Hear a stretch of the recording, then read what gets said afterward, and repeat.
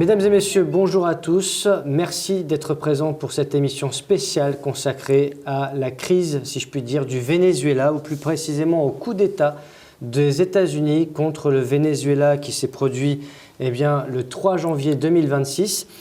À cette occasion, nous sommes aujourd'hui le jeudi 8 janvier 2026 et j'ai le grand plaisir d'accueillir pour commencer l'année Gérard Chevrier. Bonjour Monsieur Chevrier. Bonjour Nicolas. Merci d'être présent pour cette émission spéciale, étant donné que l'actualité depuis une semaine est trépidante, c'est le moins qu'on puisse dire, entre l'incendie en Suisse, la crise agricole, le coup d'État du Venezuela. Nous allons revenir ensemble sur ce qui s'est produit ces derniers jours concernant Donald Trump et Nicolas Maduro. Et nous allons refaire aussi un petit historique de la situation pour bien comprendre pourquoi nous en sommes arrivés là. Pour rappel, je précise à titre personnel que je n'ai aucun lien d'intérêt avec vous. Je ne suis pas spécialiste de géopolitique, je suis apartisan et asyndical, avec un casier judiciaire vierge, non suicidaire également, et je n'appartiens à aucun réseau, franc-maçon, Rotary Club, Lions Club ou autre. Je suis totalement indépendant financièrement et intellectuellement, et vous êtes bien sûr responsable de vos propos et de vos actions. Et donc de ce fait, pour rappeler un petit peu qui vous êtes aux auditeurs, vous êtes ingénieur, entre autres, mais vous avez beaucoup de connaissances, notamment sur le domaine géopolitique, puisque nous avons fait dans des émissions précédentes des rappels sur les relations entre les États-Unis et l'Iran. Nous avons aussi parlé de la situation en Israël. Alors aujourd'hui, nous allons parler spécifiquement du Venezuela, de ce coup d'État qui s'est produit donc il y a quelques jours, mais aussi de ses conséquences, puisque Donald Trump s'est attaqué au Venezuela pour les motifs qui nous ont été proposés, notamment dans les médias mainstream et autres. Mais il ne s'arrête pas au Venezuela, puisqu'il a d'autres ambitions. En ce moment même, à l'heure où nous parlons, on évoque le Groenland pour des raisons soi-disant de sécurité nationale. Et puis, certaines rumeurs, certains services de la présidence américaine parlent également du Cuba, de la Colombie, bref, d'autres pays. Donc, où en sommes-nous aujourd'hui? Que pouvez-vous nous dire sur ce coup d'État? Et à votre avis, jusqu'où cela peut-il mener? Oui, alors merci. Tout d'abord, je voudrais rectifier une petite chose. Vous avez, dans votre introduction, vous avez parlé de coup d'État. On n'en est pas là.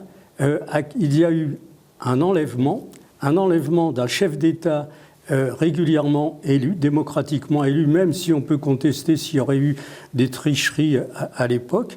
Mais en tout cas, c'était un homme d'État. Il a été enlevé dans des circonstances tout à fait inacceptables. Alors, on va effectivement essayer de voir clair, parce que c'est une situation assez complexe qui s'inscrit dans un contexte de guerre en Ukraine, qui s'inscrit dans un contexte de conflit ouvert entre Israël et l'Iran. Et donc, nous verrons que probablement dans quelques semaines, les États-Unis et Israël vont réattaquer l'Iran. Et ce sera pas, ça va pas se dérouler comme ça s'est déroulé la première fois, où très rapidement les États-Unis et Israël ont déclaré forfait. Ils ont demandé une pause en faisant un cessez-le-feu parce qu'ils étaient complètement dépassés par le niveau de performance de l'Iran.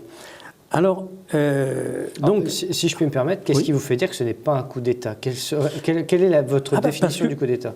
Parce qu'on remplace un chef d'État par une autre personne. Pour l'instant, il n'a pas été remplacé. Il était simplement... La vice-présidente prend la suite, et la vice-présidente, il se trouve qu'elle est dans la même ligne que Maduro. Alors, on peut se demander...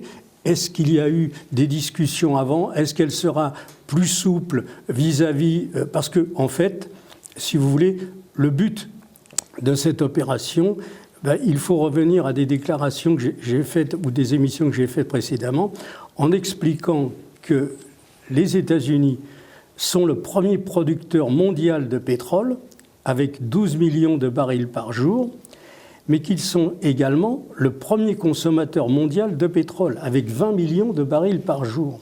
Donc ça, c'est la base du problème. Et alors, surtout, ce qui est important, c'est de savoir qu'aux États-Unis, les réserves actuelles sont situées au rythme où ils pompent, avec une possibilité de fournir du pétrole pendant 6 ans. On était à 7 ans l'an dernier, maintenant c'est 6 ans. Donc vous imaginez bien que le lobby de la finance veut absolument continuer à vivre sur le pied sur lequel ils vivent actuellement. Et donc il faut trouver 12 millions de barils de pétrole par jour dans 6 ans. Mais 12 millions de barils de pétrole, au niveau mondial, ça ne va pas se faire comme ça, parce qu'il faut construire des raffineries, il faut équiper et il faut s'adapter selon les pétroles. Par exemple, au Venezuela, c'est un pays que je connais un peu, je ne vais pas dire que je connais bien, mais je suis allé au Venezuela à l'époque où je produisais les tubes d'Aquitaine, où on avait donc, j'ai rencontré le gouverneur de la province du lac de Maracaibo, et on avait un produit qui était unique au monde, qui intéressait toutes les compagnies pétrolières. Et d'ailleurs, quelques années plus tard, à force d'être sollicité pour l'achat de l'usine clé en main, j'ai vendu l'usine clé en main au groupe Halliburton, qui a été dirigé pendant 20 ans par le vice-président Dick Cheney. Avant de devenir vice-président, il était président pendant 20 ans du groupe Halliburton. Alors Halliburton, c'est une très très grosse boîte, c'est 97 000 personnes, c'est le numéro 1 dans le monde de l'industrie parapétrolière. Et donc, sont venus le directeur général est venu à Sarlat, je les ai reçus et on a signé, ça, il y a eu à peu près un mois de discussion et on a signé à cette époque-là. Donc quand j'étais au Venezuela, j'ai rencontré des gens de PDVSA, donc dans le domaine du pétrole. J'ai rencontré des ingénieurs, des directeurs, et il y avait un projet, puisque le lac de Maracaibo, pour vous situer, c'est la dimension un lac qui fait depuis Sarlat jusqu'à Bordeaux et de Bordeaux jusqu'à l'Espagne. Vous voyez ? Donc voilà. Et c'est un lac qui est peu profond, qui fait environ une quinzaine de mètres de profondeur. Et au fond de ce lac, il y a 40 000 kilomètres de tuyaux acier qui sont complètement corrodés et qui fuient. Et donc, on aurait pu, si on avait poursuivi, remplacer une partie de ce réseau qui s'appelle le réseau Flowline. En fait, déjà à cette époque-là, c'était un pays de corruption, complètement corrompu par les compagnies pétrolières, etc. Et donc, on va regarder, donc évidemment, maintenant, il y a eu, entre-temps, moi j'y étais en 98, c'était le moment où Hugo Chavez allait prendre le pouvoir, c'était un militaire, hein, et donc il a pris le pouvoir, et bien entendu, il y a eu la nationalisation des compagnies pétrolières qui se servaient généreusement avec dans les puits de pétrole du Venezuela. Alors, maintenant, Hugo Chavez gênait beaucoup. On peut supposer qu'ils l'ont éliminé par la maladie, puisqu'il a eu un cancer. Et déjà, en 2002, Trump avait déclaré qu'on allait reprendre le Venezuela militairement. Donc, donc il y a 25 ans presque. Voilà, en 2002. Et donc, c'était... je reprendrai les notes que j'ai prises. Mais si vous voulez, je voudrais expliquer un petit peu la situation générale telle qu'elle se présente en profondeur. Alors, moi, si vous voulez, je considère qu'il y a deux façons de gagner de l'argent. Il y a la première, en travaillant, et la deuxième, en spéculant. Et donc, là, on va regarder cette vision des choses et les conséquences qu'elles peuvent avoir. Bien souvent, il faut regarder l'origine des choses et ensuite les conséquences des décisions, etc.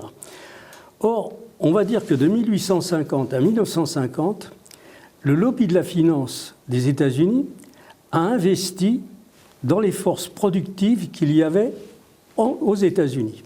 Et donc, ils ont développé un tissu industriel phénoménal et ils sont devenus la première puissance industrielle dans le monde, à partir de 1850 jusqu'en 1950, donc il y a une progression. Et à partir de... Non seulement ils sont devenus la première puissance industrielle, mais ce qui découle de cette puissance, c'est qu'automatiquement, quand vous êtes la première puissance industrielle, vous devenez la première puissance militaire, puisque une partie de l'industrie produit des armements sophistiqués, des armements lourds, etc. Donc l'activité, les armées ont besoin de matériel, et ce matériel génère automatiquement des commandes au niveau industriel. Donc, vous avez, à partir des années 60, le lobby de la finance comprend qu'on peut gagner beaucoup plus d'argent en délocalisant des usines et en spéculant. Donc, ils vont donner en quelque sorte le travail qui était fait aux États-Unis, ils vont le donner dans des pays où le coût des salaires est 5 à 10 fois moins élevé. Et donc, ça, c'est le problème de fond, si vous voulez. Pourquoi ? Parce que pendant des années, ça leur permet d'engranger des richesses énormes, avec la bourse, avec tout ça. Mais pendant ce temps, ils ne réalisent pas qu'ils sont en train d'affaiblir, sur le plan industriel, leur pays. Et aujourd'hui, il y a un écart énorme entre les capacités technologiques de la Russie, qui a dépassé de très loin dans certains domaines les États-Unis, et la capacité technologique et industrielle de la Chine. Est-ce que vous pensez que c'est ne pas réaliser ou c'est ne pas s'en préoccuper parce que ce n'est pas dans leur intérêt patriotique? Parce qu'en réalité, quand les spéculateurs, que ce soit de Wall Street ou d'ailleurs, n'en ont que faire finalement de l'intérêt des peuples, parce que la désindustrialisation existe partout, que ce soit en France, etc. Et quand vous me parlez de spéculation, je pense à tout ce qui est Alfer Alstom et tout ce qu'on a pu avoir.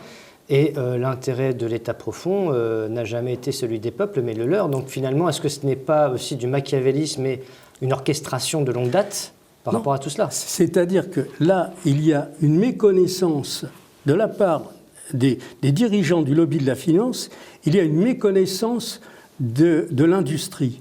Comment on développe une industrie et comment on la maintient à un niveau élevé. Et ça, parce que ce sont des financiers, ce sont des gens qui spéculent. Donc ils ne s'intéressent pas du tout à ce que l'on fabrique. Quel est le niveau de connaissance qu'il faut avoir pour fabriquer, comment ça s'organise, un tissu industriel, etc. Et donc, vous voyez, c'est là. Alors, on va arriver maintenant, c'est en quelque sorte, on arrive vers le point de rupture. Le point de rupture, vous avez d'un côté les BRICS, qui étaient des pays bien souvent très en arrière sur le plan industriel, sur le plan financier, etc., qui se sont développés et qui se sont développés principalement par le savoir. C'est-à-dire que vous avez un pays comme l'Iran, 90 millions d'habitants, qui est passé d'un nombre d'ingénieurs il y a 40 ans qui était d'environ de 60 000 par an, qui est monté à 240 000 ingénieurs par an dans les années 2020. Vous voyez ? Et donc, pareil pour la Russie. La Russie a été pendant plusieurs années le pays qui produisait le plus d'ingénieurs diplômés, 400 000 ingénieurs par an pour un petit pays qui fait 140 millions d'habitants, et qui a été dépassé récemment, il y a quelques années, par la Chine, qui est passée devant, mais qui a mis beaucoup d'années à passer devant. Donc finalement, est-ce que vous pensez que l'Iran, dans les semaines à venir, va contre-attaquer par rapport à tout ce qui se passe au Venezuela et ce qui va peut-être se passer dans d'autres pays d'Amérique latine dans les temps à venir? Parce que déjà, la dernière fois qu'on a fait l'émission, vous présagiez d'un conflit entre les États-Unis et l'Iran.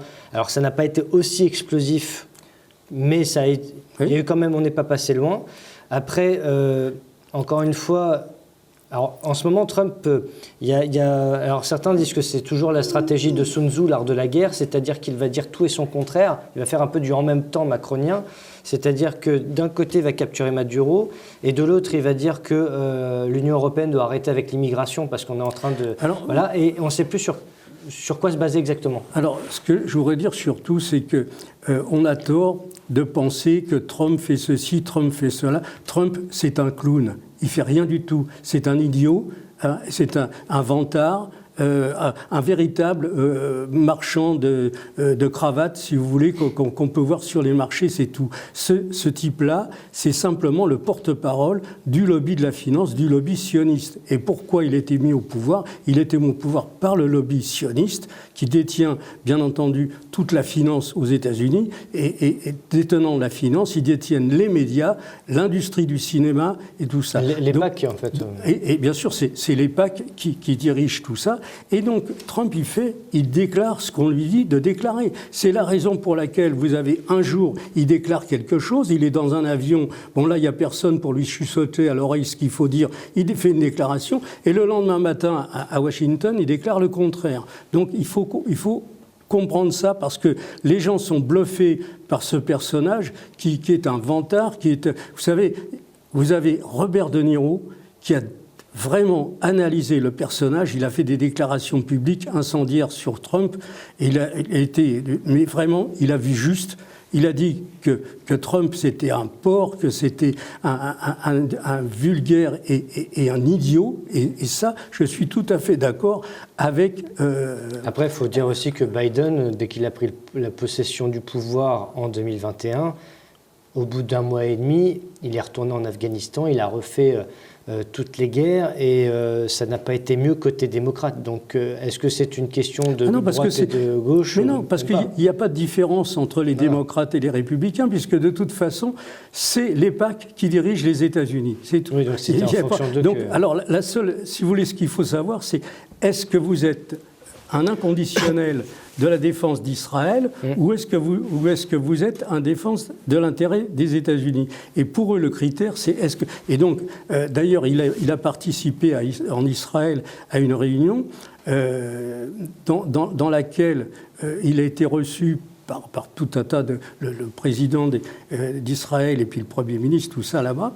Et là, on l'a déclaré publiquement, c'est passé sur les chaînes de télévision, comme le premier président juif des États-Unis.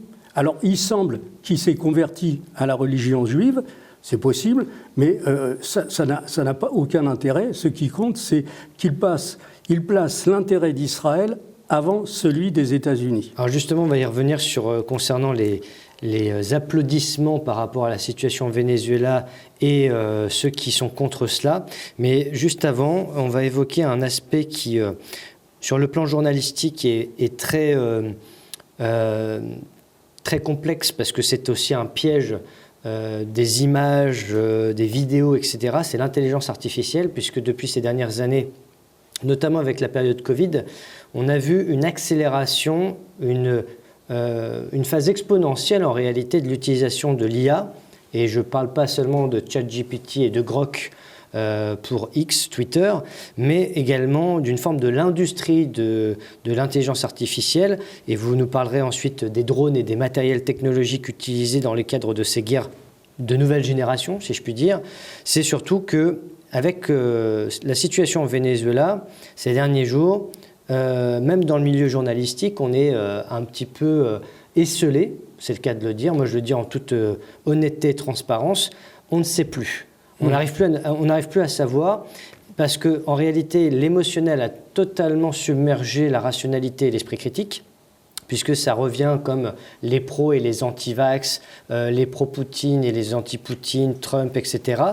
Et dès lors qu'on essaye de comprendre d'où viennent les images qui circulent sur les réseaux sociaux, on a des gens qui débunkent, comme on dit, qui vérifient justement la réalité des images qui nous sont montrées. Il y a beaucoup d'images issues des rues du Venezuela qui remontent à 2019, 2022, etc. Alors, il y en a aussi des vraies, hein, bien sûr, mais elles se noient dans la désinformation, sachant qu'en plus, ça arrange le pouvoir, puisque l'État profond aujourd'hui, sa première guerre, au-delà de la protection de l'enfance, de la santé, de la justice, etc., ou de l'éducation, c'est la guerre contre la désinformation. C'est-à-dire qu'on a le sentiment que si certains pouvaient dissoudre Internet, ils le feraient. Et en réalité, on se rend compte qu'on est complètement dépendant, j'allais dire, de ce que l'on voit, et qu'il est nécessaire de prendre du recul, sachant qu'il y a deux camps qui s'opposent, et nous en parlerons juste après. C'est que d'un côté, c'est très bien que Trump ait fait le sale boulot, entre guillemets, de virer Maduro parce que c'était un dictateur communiste avec des fraudes électorales, illégitimité du pouvoir, avec l'exil des Vénézuéliens, l'hyperinflation. Et de l'autre, dit ça va à l'encontre du droit international, c'est pas du tout approprié, et c'est ce qu'on disait avant de prendre l'antenne. Si jamais Poutine s'était permis de capturer Zelensky ou que Mahmoud Abbas avait capturé Netanyahou, j'imagine que le contraire se serait produit. Oui. Donc justement, pour revenir à ces nouvelles technologies, parce que nous sommes obligés de les prendre en compte, étant donné que les guerres à la papa, si je puis dire, à l'ancienne n'existent plus, comment déjà faire face avec l'intelligence artificielle et quels sont ces nouveaux matériels tels que les drones, les chars, comment ça fonctionne?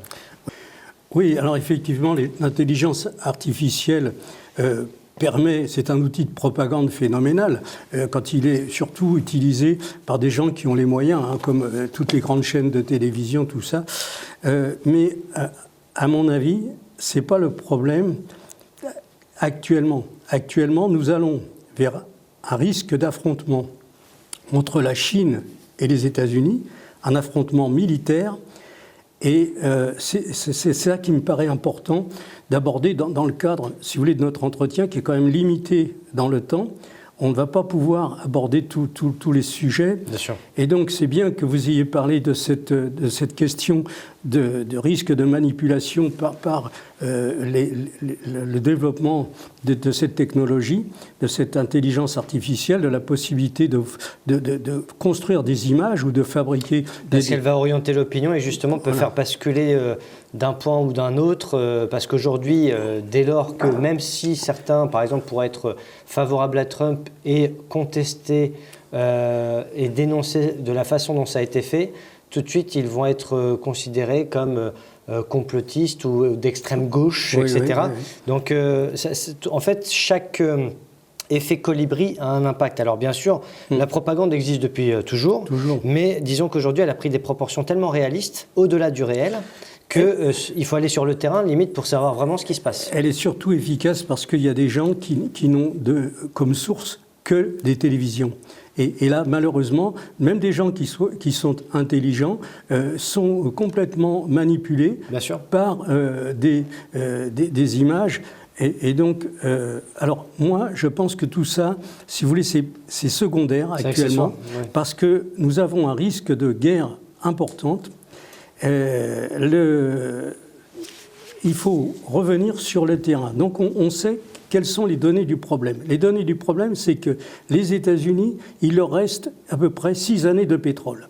Il faut donc qu'ils construisent ou qu'ils obtiennent par ailleurs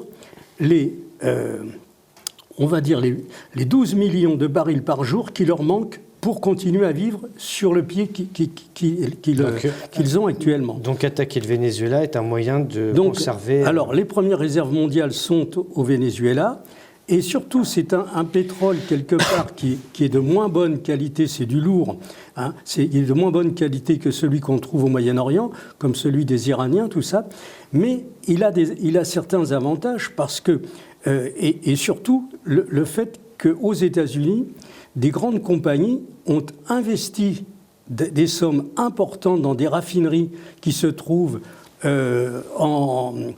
du côté de Houston, dans toute cette région, et que ces outils de production sont pratiquement à l'arrêt depuis qu'ils ont mis le Venezuela sous embargo. Parce que on ne raffine pas du pétrole lourd comme on raffine du light, si vous voulez. Et on ne fait pas les mêmes produits avec. Si vous voulez faire du goudron parce que les gens pensent toujours pétrole, essence. Non, il n'y a pas que ça. Il y a bien entendu tous les thermoplastiques, le polyester, le polyamide, les polyéthylènes, etc. C'est des choses, c'est une activité énorme.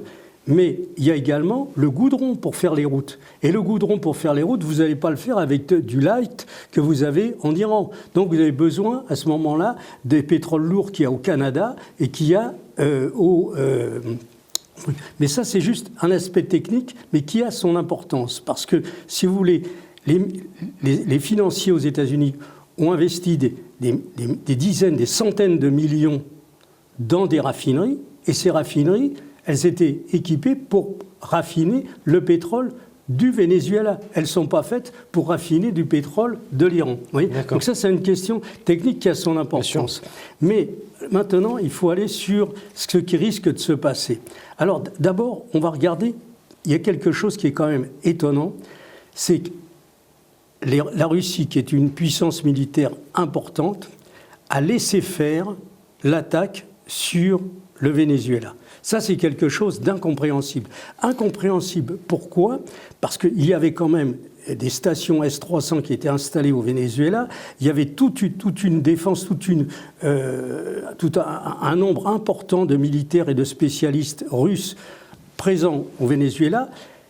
Ils étaient au courant que les D'ailleurs, Américains... il y a eu des membres de l'armée russe qui ont essayé de défendre la propriété de Maduro, apparemment en vain. Et ce que j'ai appris, c'est que la veille de l'arrestation, il y avait aussi Maduro qui avait rencontré des Chinois, parce qu'apparemment il avait signé un contrat important pour son pays avec les Chinois. Il était en train de faire la fête, donc il se dévoilait devant tout le monde, et que c'est là où il aurait été le plus vulnérable. Alors, cette attaque apparemment est prévue de longue date, puisque depuis le mois d'août au moins, la CIA était en train de le surveiller.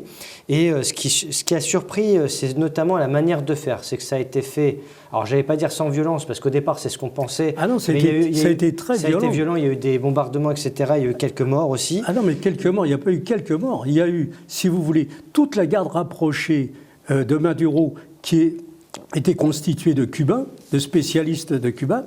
Dans 55 morts, c'est quand même pas 2 ou 3 morts, 55 morts dans un groupe de gardes rapprochés. Par contre, il aurait été trahi par ses propres militaires, parce qu'en réalité... Si vous voulez, le Venezuela est complètement infiltré par le Mossad et par la CIA depuis alors CIA et Mossad, c'est pratiquement pareil, et puis vous pouvez ajouter quelques éléments du MI6 puisque les trois travaillent ensemble.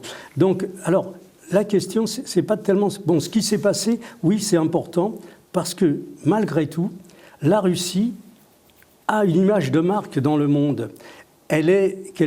Notamment en Afrique maintenant. Notamment en Afrique. Elle protège des chefs d'État en Afrique. Et donc, elle est complètement discréditée auprès de tous ces États où les Russes assurent la sécurité, assurent l'ordre, etc. Donc, ça voudrait dire pour vous que finalement elle est complice et qu'elle soutient implicitement Trump de ce qu'il a fait ?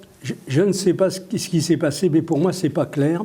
Alors, il est possible qu'ils aient décidé de laisser cette opération se dérouler en sachant que Maduro serait envoyé aux États-Unis, parce qu'il faut toujours penser que les Russes, ce sont des joueurs d'échecs et qui voient 2 ou 3 coups plus loin. Ça, c'est le point important. Donc, si vous voulez, d'abord, dans le monde, parce que nous avons une vision très occidentale, hein, avec notamment en France l'influence de tous les médias qui sont dirigés par le lobby de la finance. Et donc, Macron n'a pas condamné cette action qui est complètement illégale, qui est contraire aux principes du droit et des Nations Unies. C'est vraiment quelque chose d'inacceptable. Aller dans un pays souverain, enlever un chef d'État en assassinant toute la garde rapprochée, parce que c'est ce qui s'est passé. Imagine, l'opération a été préparée, comme vous le disiez, de longue date. Oui. Donc, vous avez des gens qui arrivent par hélicoptère, qui sont parfaitement protégés. Vous voyez ? Alors, ce n'est pas des gilets pare-balles que l'on voit habituellement dans la rue. Là, les gars, ils peuvent prendre carrément un Kalachnikov et ils vont tomber par terre, mais ils ne sont pas morts. Et donc, ils arrivent avec un groupe qui a préparé cette opération dans un lieu qui est à l'identique, le lieu qu'ils vont attaquer, comme le fait le GIGN. Ils sont entraînés pendant des jours. Donc, évidemment que les services secrets russes sont au courant de tout ça. Ça ne peut pas se passer. Quand vous avez... Il y a eu 150 avions qui ont participé à cette opération. C'est pour ça que je parlais de l'intelligence artificielle tout à l'heure, parce qu'on pourrait même parler des réseaux de surveillance et des moyens de télécommunication. C'est-à-dire qu'aujourd'hui, on peut retrouver... une aiguille dans une botte de foin à l'autre bout du monde avec des satellites, etc. Et là, il est vrai qu'en l'espace de quelques heures seulement, certains disent ça s'est fait presque trop facilement, trop rapidement. Bien sûr. Et Alors c'est pour ça, là, ce que je ne vous cite, ce ne sont que des rumeurs que ce que j'ai vu passer, parce que comme il y a toujours là une investigation en cours depuis une semaine quasiment, c'est qu'on est en train de voir qu'apparemment en coulisses, Maduro et Trump se seraient arrangés. Certains évoquent cette possibilité-là je crois pas ça. pour quitter le pouvoir. Alors justement par rapport à la situation du Venezuela, est-ce que quoique si vous voulez vous positionner, il n'y a pas de souci. Qu'est-ce que vous pensez de cela? Est-ce que vous pensez que c'est légitime ce qui s'est passé? Ah non, c'est totalement... c'est complètement, c'est scandaleux. C'est vraiment violer le droit international, la moralité et tout. C'est des choses qui ne se sont jamais faites et qui ne se font pas.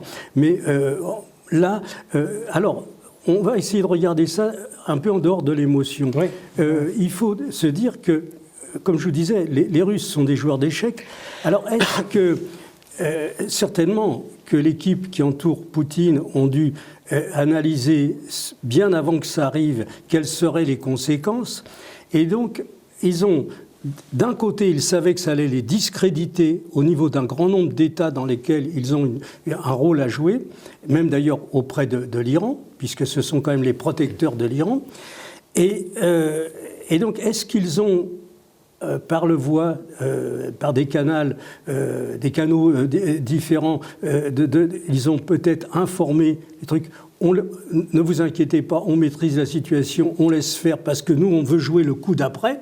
Parce que c'est ça qu'il faut voir. Et peut-être aussi parce que vis-à-vis de l'Ukraine, déjà qu'ils sont embarqués dans ce conflit avec l'Ukraine, peut-être qu'ils n'ont pas voulu non plus s'ingérer dans les autres affaires mondiales, sachant que là, il y a peut-être aussi la recherche de la paix en Ukraine, malgré tout ce qui nous est dit sur la future guerre. Il n'y aura pas de paix en Ukraine. Les Russes vont aller jusqu'à la prise d'Odessa. Je le dis déjà depuis 2 ans. J'ai fait voir une carte, si vous voulez, il y a 2 ans, qui représentait la position que les Russes vont occuper. Et ça, on le verra à partir du mois de mars, ils seront certainement à la prise d'Odessa. Donc vous pensez qu'on va arriver à une troisième guerre? Je vais avancer sur la situation vraiment au Venezuela.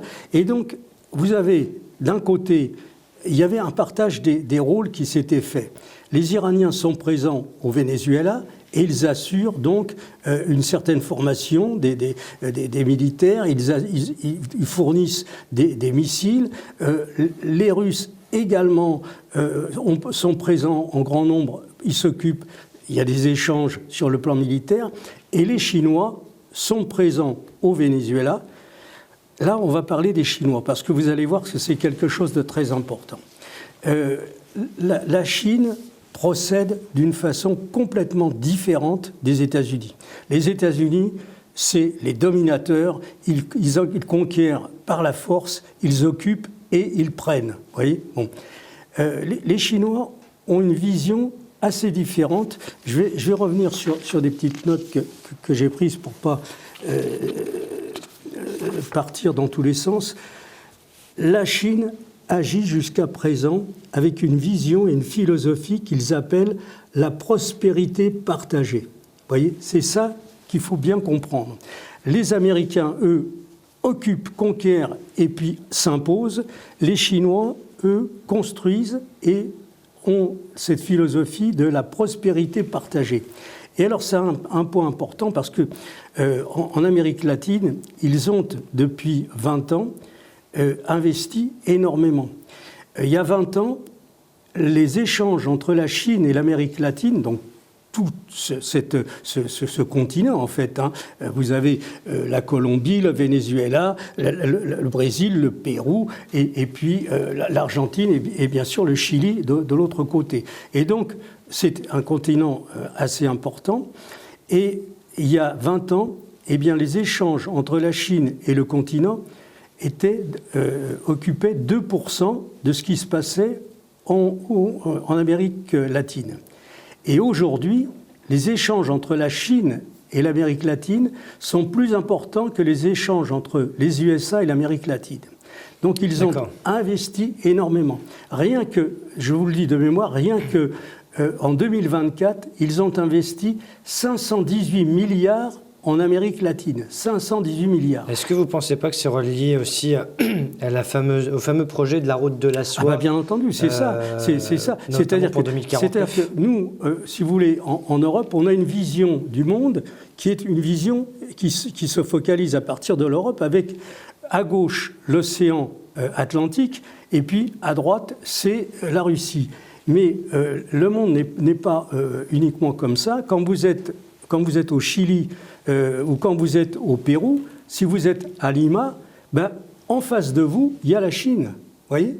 Et donc c'est ça que les gens ne comprennent pas. C'est-à-dire que vous avez l'océan Pacifique, et donc récemment, ils ont inauguré un port énorme, le port de Shanxai, qui est à 80 km au nord de Lima. Et là, ce port est destiné à arroser c'est la route de la soie, si vous voulez. Les bateaux partent de la Chine dans différents ports et arrivent à ce port-là. Il y en a d'autres d'ailleurs. Et donc là, ils sont en direct. Vous voyez, il n'y a rien qui les arrête. Et donc la Chine a investi énormément parce qu'elle voit loin. Donc, dans la construction. Alors, ils ont pour principe, quand ils arrivent dans un pays, ils construisent des routes, construisent un port, et ils construisent des hôpitaux et des écoles. Et puis ensuite, tout cet investissement va être payé par des matières premières, va être payé par des échanges. Donc, ils font un investissement qui est profitable pour les deux pays. Eux, bien sûr, ils vont obtenir des matières dont ils ont besoin, mais ils vont apporter de la richesse, ils vont apporter du progrès et beaucoup de choses comme ça. Et donc, en ce qui concerne le Venezuela, ils ont investi énormément récemment. Et donc, il y a des compagnies pétrolières chinoises qui se sont installées et qui ont donc construit à la fois des installations pétrolières pour faire du raffinement, de passer du brut pour séparer l'eau, le gaz et le pétrole pour ensuite pouvoir transporter par les tankers directement depuis le Venezuela jusqu'en Chine. Et donc, il faut penser que ces tankers ont été arraisonnés, ont été détournés par les Américains. Alors, la question, c'est que va faire la Chine? Parce que, en fait, tout est là. Alors, là, on va revenir, si vous voulez, sur quelque chose qui me semble très important, c'est comment les Chinois ont développé leur outil militaire. Au départ, alors, vous avez, par exemple, on va bien... Il faut situer ça, c'est très très important. Les Américains ont, à mon avis, une guerre de retard. Oui, ils sont comme nous, les Français, quand on était en 14 et quand on était en 39-45. Ils continuent à investir sur des technologies qui sont dépassées. Et ça, les gens ne l'imaginent même pas. Pour des guerres de nouvelle génération qui ont déjà utilisé des outils ultramodernes. Alors, si vous voulez, ils investissent dans des porte-avions. Ils investissent dans des avions. Mais un porte-avions, c'est 15 années de travail pour construire un porte-avions. C'est donc un investissement à très long terme. Les porte-avions qui sont en train de construire actuellement, quand ils arriveront sur le marché, sont déjà dépassés. Mais c'est non seulement 15 années de travail, mais c'est un coût de 12 à 15 milliards de dollars, un porte-avions. À l'intérieur de ce porte-avions, vous mettez entre 100 et 150 avions qui coûtent chacun entre 100 et 200 millions de dollars. Vous avez 5000 personnes dont la formation nécessite à peu près, pour construire les équipes qui vont travailler, parce que c'est très complexe un porte-avions, les équipes qui vont travailler dans ce porte-avions, il faut à peu près 10 ans de formation. Vous voyez, c'est pas 2 ans. C'est presque prendre le demi-siècle pour faire le porte-avions au final. Non, c'est qu'on forme, en même temps qu'on construit un porte-avions, on forme. Finalement, les drones sont beaucoup plus rapides à créer, quoi. Mais c'est incomparable, si vous voulez. Alors, ce qu'il faut comprendre, c'est que vous avez un porte-avions qui a coûté, dont la valeur est en gros de 25 à 30 milliards de dollars, et qui peut être détruit par un missile hypersonique fabriqué par les Iraniens qui coûte 3 millions de dollars. Vous voyez ? Voilà. Mais quel est l'intérêt ? Enfin, est-ce que les États-Unis sont conscients de cela ou est-ce que c'est Ils sont aveuglés par leur arrogance, ils sont aveuglés par leur prétention. Donc c'est une question d'orgueil, en fait. Ils sont sûrs d'eux-mêmes. Regardez le discours d'Exet, hein, le secrétaire à la guerre, puisqu'il a changé le nom de son département. C'était le secrétariat à la défense. Il a décidé de le baptiser secrétariat à la guerre.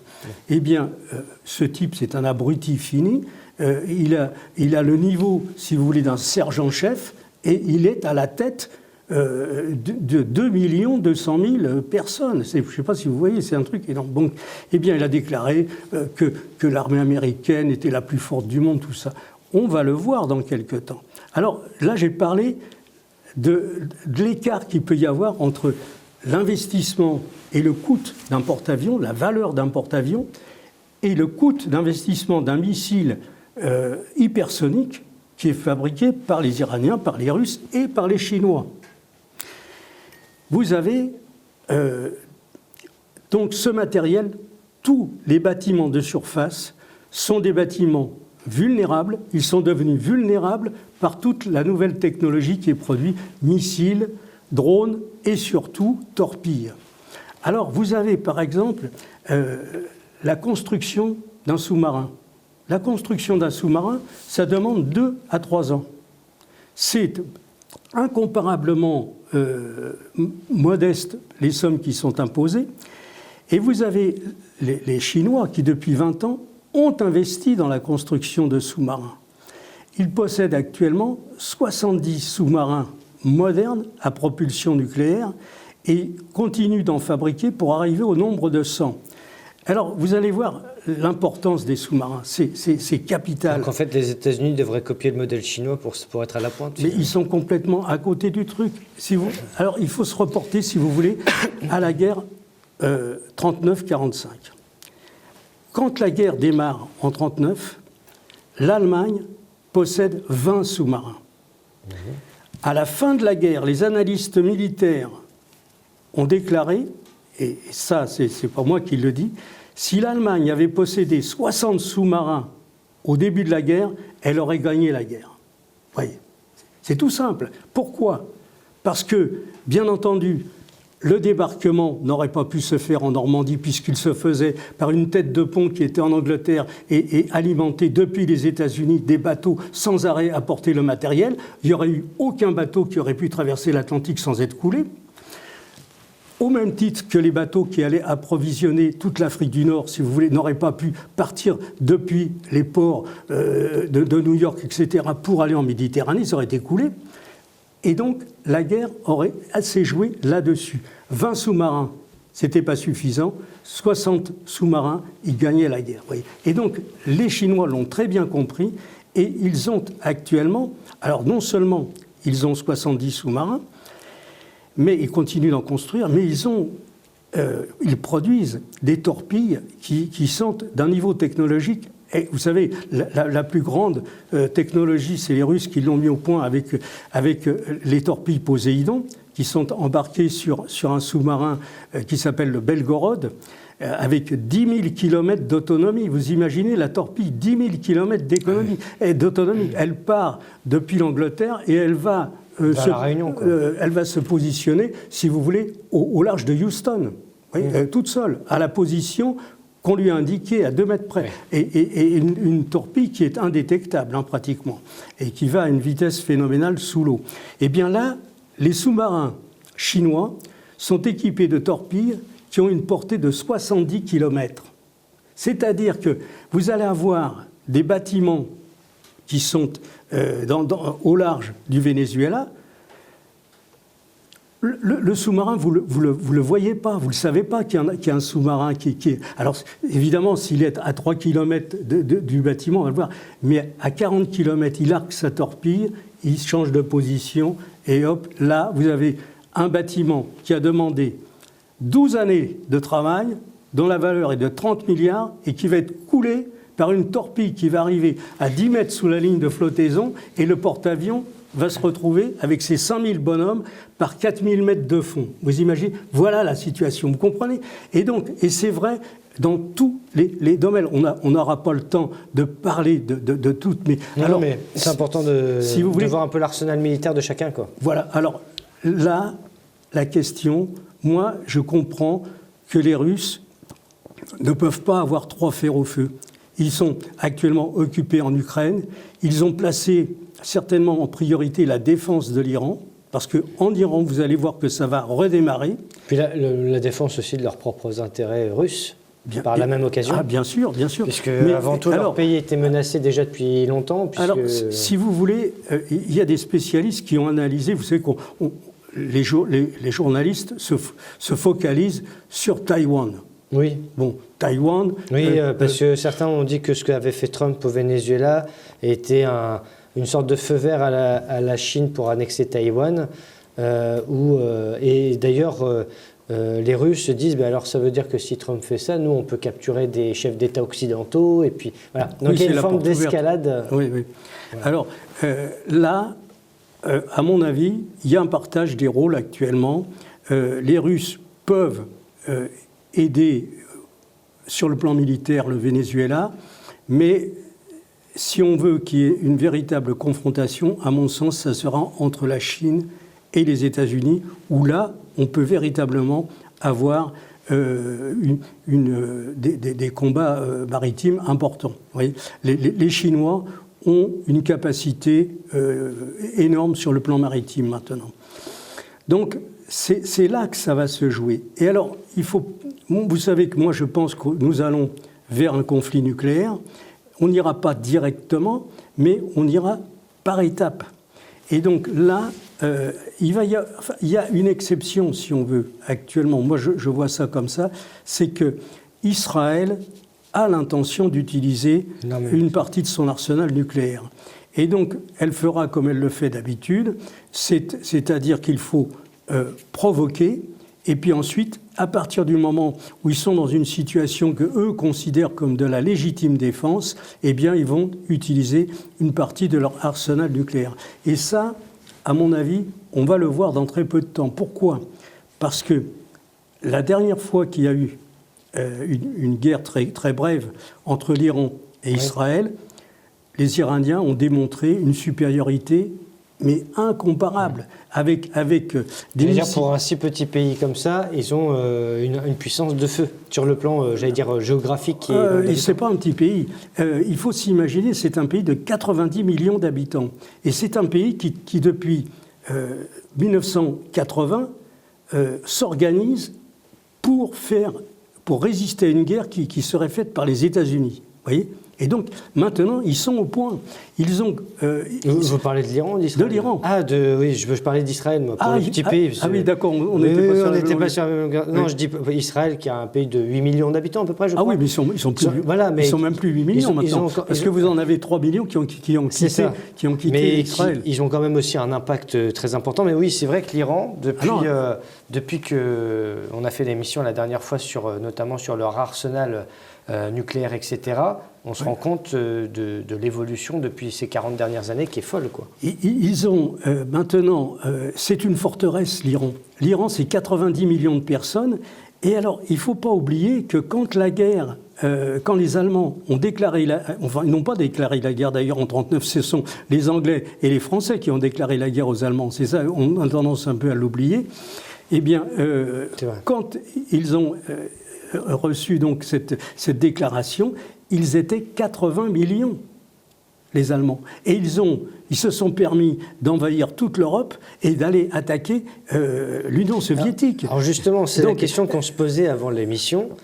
Est-ce que, si je prends votre point de vue concernant Trump et le Venezuela, n'y a-t-il pas une volonté expansionniste un peu napoléonienne, mais version 2.0 du XXIe siècle, puisque Trump, déjà, s'est attaqué au Venezuela. À l'heure où nous parlons, beaucoup de rumeurs circulent sur Cuba, qui rappelle un petit peu l'affaire Kennedy, les missiles de Cuba entre autres, la Colombie, peut-être toute l'Amérique latine, et puis il y a la question du Groenland. Alors ça, c'est une question, moi j'aimerais comprendre votre point de vue là-dessus.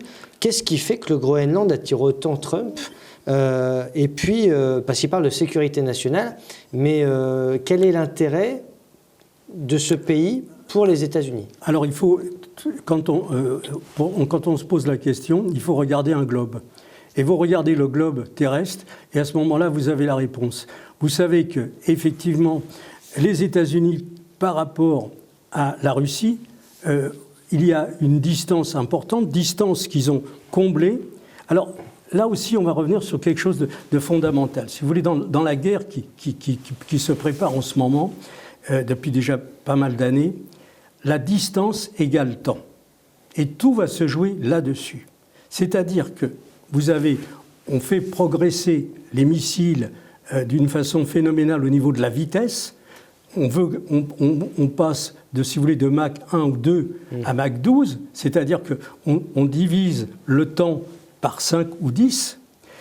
Pour un missile, pour aller de la Russie jusqu'aux États-Unis, avant, c'était 1 heure de vol, et maintenant, ça va être 15-20 minutes. Vous voyez, donc, donc, voilà. Alors, la distance, le temps, il y a 2 façons de le raccourcir. Vous avez, soit vous faites des engins qui vont plus vite, ou soit vous vous rapprochez. Et donc, ce que veut faire... Sur le plan géostratégique... Voilà, sur le plan géostratégique, la réponse, elle est là. Le Groenland est très près de Saint-Pétersbourg, est très près de Moscou, si vous voulez, par rapport à New York. Et donc, si vous mettez une base américaine avec 500 ou 700 missiles, vous imaginez, vous pouvez inonder le ciel au-dessus de Saint-Pétersbourg, et là, vous avez forcément des missiles qui vont arriver. Parce que ça aussi, il y a 2 cas de figure. Alors, mais sur ce plan stratégique, ce que les États-Unis oublient, enfin tout du moins, il y a certains spécialistes qui sont parfaitement conscients de ça, mais Trump apparemment pas du tout, c'est que les États-Unis sont extrêmement vulnérables à des tirs de missiles qui partiraient depuis des sous-marins. Parce que là, il n'y a pas mieux pour raccourcir la distance, si vous voulez. Vous arrivez avec une vingtaine de sous-marins dans l'océan Atlantique, en face des villes importantes de la côte Est, si vous voulez, vous vous mettez à 20-25 km de Miami, à 20-25 km de Washington, de New York, de Boston, etc. Et là, mais vous avez, avec des missiles, c'est 3 minutes. C'est-à-dire que les radars détectent, mais n'ont pas le temps d'organiser la réponse. Donc, alors, il est possible qu'actuellement, il y ait un partage des rôles entre la Chine et la Russie, parce que la Chine est en face de la côte ouest des États-Unis. Et donc, imaginez qu'il y ait une trentaine de sous-marins qui soient en face, San Diego, San Francisco, Los Angeles, etc. Et puis, vous avez une vingtaine de sous-marins qui sont en Atlantique. Mais les États-Unis, c'est fini, ça n'existe plus. Si vous voulez, ils ont, sur un plan, maintenant, sur le plan vraiment géostratégique, ils ont concentré leur savoir-faire, leur richesse sur les 2 côtes, Est et Ouest. Vous détruisez sur une bande de, on va dire, une centaine de kilomètres, la côte Est et la côte Ouest, les États-Unis n'existent plus. C'est fini. Donc c'est ça qu'il faut penser. Et donc là, on n'est peut-être pas très loin de cette situation. Les gens ne s'imaginent pas. Alors j'ai une autre question qui est toujours dans le sujet, mais qui va se tourner vers notre pays, puisque, comme vous le savez, on est en pleine période de crise agricole depuis ces dernières semaines. Et justement, en même temps, si je puis dire, on parle beaucoup du Mercosur, qui est déjà signé sans être signé officiellement, mais qui est déjà plus ou moins acté. Et certains agriculteurs parlent du fait que ce qui se passe au Venezuela est en train peut-être de rebattre totalement les cartes concernant le monde agricole, étant donné les traités de libre-échange, étant donné les relations que nous avons avec notamment le Brésil et d'autres pays. Quel est votre regard par rapport à l'impact que peut avoir la situation au Venezuela et à venir peut-être dans toute l'Amérique latine par rapport au monde agricole ? Là, c'est une vaste question. Le monde agricole a profité pendant des années de l'Union européenne Et maintenant, c'est le retour du bâton. Il va subir les conséquences de l'Union européenne. Si vous voulez, en réalité, il fallait rester à l'intérieur de nos frontières. On avait une chance extraordinaire d'avoir, à l'époque, si on prend les années 60-70, un tissu industriel qui nous permettait d'être indépendants, une agriculture qui nous permettait de nourrir tout le monde et qui nous donnait une indépendance alimentaire unique au monde avec des produits de qualité. Et maintenant, on se retrouve imposé par l'Union européenne à importer des produits qui sont de très mauvaise qualité, des poulets aux hormones, des choses, des vaches et tout ça qui ont été vaccinées et tout. Et donc, oui, c'est terrible. Mais ça, si vous voulez, c'est les conséquences collatérales de l'Union européenne. Notre pays a été démoli par la politique depuis 40 ans, sur le plan économique, sur le plan industriel, par des gens qui étaient pro-Union européenne, qui ont développé ce truc. Et donc, quand on regarde, quand on analyse tout ça, on comprend très bien que les États-Unis ont construit l'Union européenne en fonction de leurs intérêts, et surtout pour nous prendre tout ce qu'il y avait à prendre. D'ailleurs, à ce propos, je ne sais plus si je vous avais posé la question déjà, mais est-ce que vous seriez favorable aujourd'hui, s'il y avait un référendum sur la sortie de la France de l'Union européenne, à ce que nous sortions de l'Union européenne ? Ah mais moi, de toute façon, ça a toujours été ma conviction. Il fallait sortir de l'Union européenne, sortir de l'euro, restaurer nos frontières, maîtriser le flux de l'immigration et, bien entendu, éviter, c'est ça le point important, les gens ne le voient pas, que toutes nos terres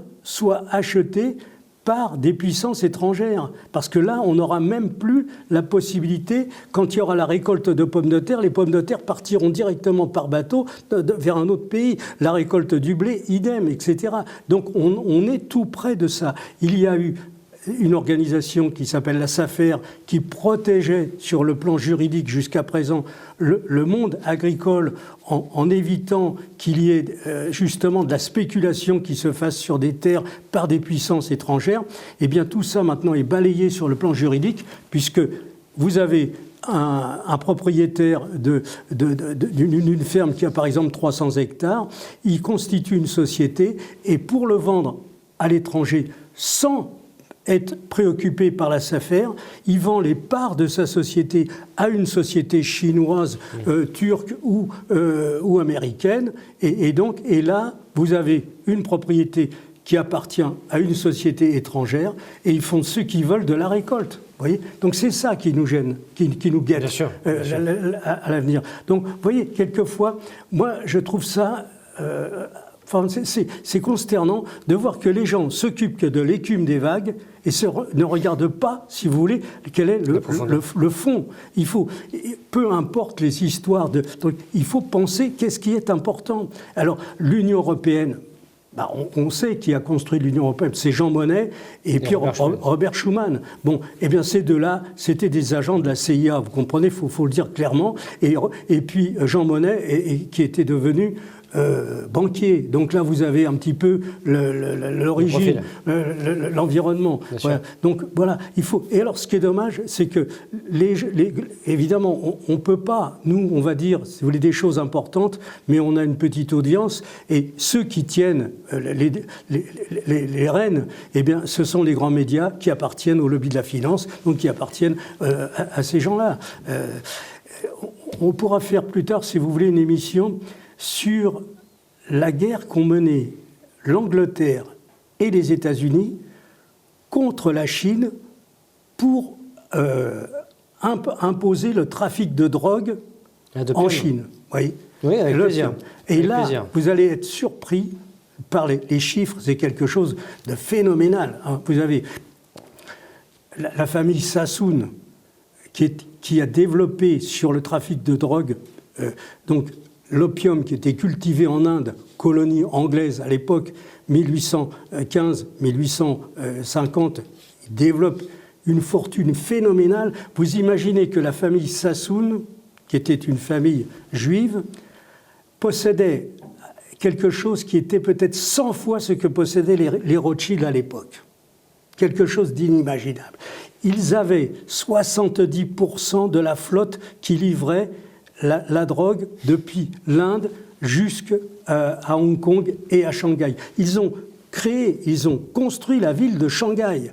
Vous avez une autre société qui est quelque chose que vous avez entendu parler certainement de la banque HSBC, qui est une banque mondialement connue, qui a fermé maintenant. Notamment en 2008 avec la crise. Voilà. Bon, eh bien, HSBC s'est construite sur le commerce de l'opium à cette époque-là. D'accord. Et donc vous aviez les 5 propriétaires de HSBC, enfin, au départ qui étaient trafiquants de drogue, ils achetaient le truc, mais eux, vous voyez, ils n'avaient qu'une petite partie par rapport à la famille Sassoon. La famille Sassoon avait 70% du marché de l'opium en Chine, quelque chose d'inimaginable. Ils étaient le prix entre ce qu'ils achetaient en Inde et ce qu'ils vendaient à Hong Kong ou à Shanghai était multiplié par 4. C'était un business.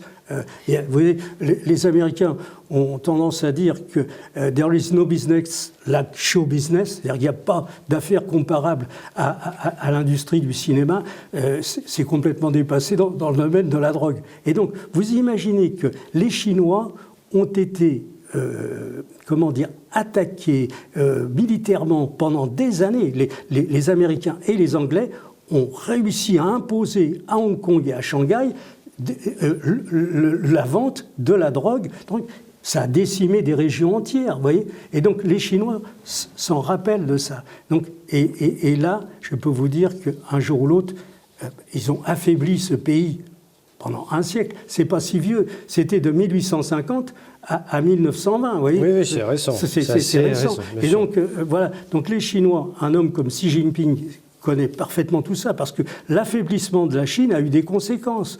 Vous avez le Japon qui a profité, qui a fait des atrocités en Chine. Quand ils ont fait la conquête de tous des villes en Chine, ils n'auraient jamais pu faire ça si les Chinois n'avaient pas été affaiblis, parce que vous avez à peu près 5 générations qui ont été bousillées par l'opium. Vous voyez, c'est ça. Oui, c'est vrai que le trafic d'opium a eu beaucoup d'impact. Alors qu'aujourd'hui, là, on nous sort, vous voyez comment l'histoire se répète. On va enlever Maduro parce qu'il serait soi-disant un trafiquant de drogue.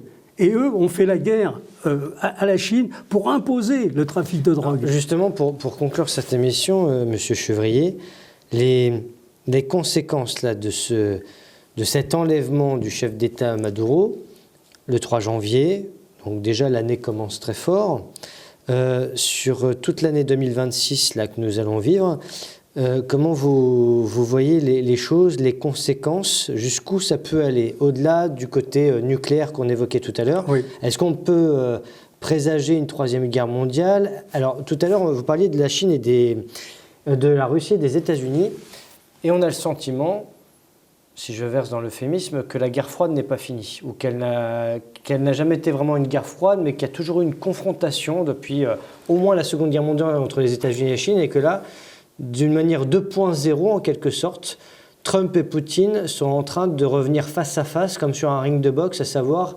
où Trump et Xi Jinping, qui va avoir la plus grosse, si je puis me permettre, parce que les États-Unis veulent redevenir la première puissance qu'ils ne sont plus, oui. Et apparemment ils sont prêts à tout. Donc comment vous voyez les choses?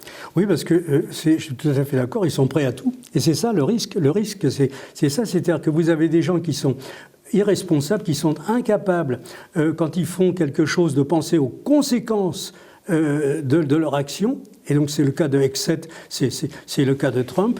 Eh bien là, on risque peut-être d'avoir dans les semaines à venir des surprises qui viendraient depuis la Chine. Moi, il faut s'attendre à ce que des bâtiments militaires américains soient coulés au large du Venezuela ou dans l'océan Pacifique. Et à ce moment-là, ce sera le début de l'escalade. Mais on va, à mon sens, le Venezuela, c'est une chose, mais ce qui continue à se préparer en coulisses, c'est à mon avis l'attaque d'Israël avec les États-Unis sur l'Iran. C'est ça qui est important. Repartir de plus belle par rapport à 2025. Voilà. Alors, si vous voulez, pourquoi il y a eu cette guerre de jours? D'abord, ils croyaient qu'ils allaient écraser, et puis, bon, ils n'ont rien écrasé du tout. Ça s'est déroulé avec des missiles conventionnels. L'Iran a détruit une partie énorme d'Israël. Ça, évidemment, on a très peu d'images. Moi, j'ai eu des images toujours pareil, par des militaires américains. On a sur des canaux, on voit ce qui s'est passé aussi bien à Tel Aviv que dans d'autres villes, hein, des destructions énormes. Et donc, maintenant, comme toutes les guerres sont d'abord dirigées par les satellites. Ça, il faut comprendre ça. C'est-à-dire que vous avez les États-Unis, c'est la première puissance au niveau des satellites. 9900 satellites autour du monde. Il n'y a pas un pays qui arrive au 10e de ça, si vous voulez. 9900 satellites. Donc, ils couvrent tout. Ils ont des satellites pour écouter ce qu'on est en train de dire en ce moment. Ils ont des satellites pour écouter les conversations téléphoniques, etc. C'est énorme.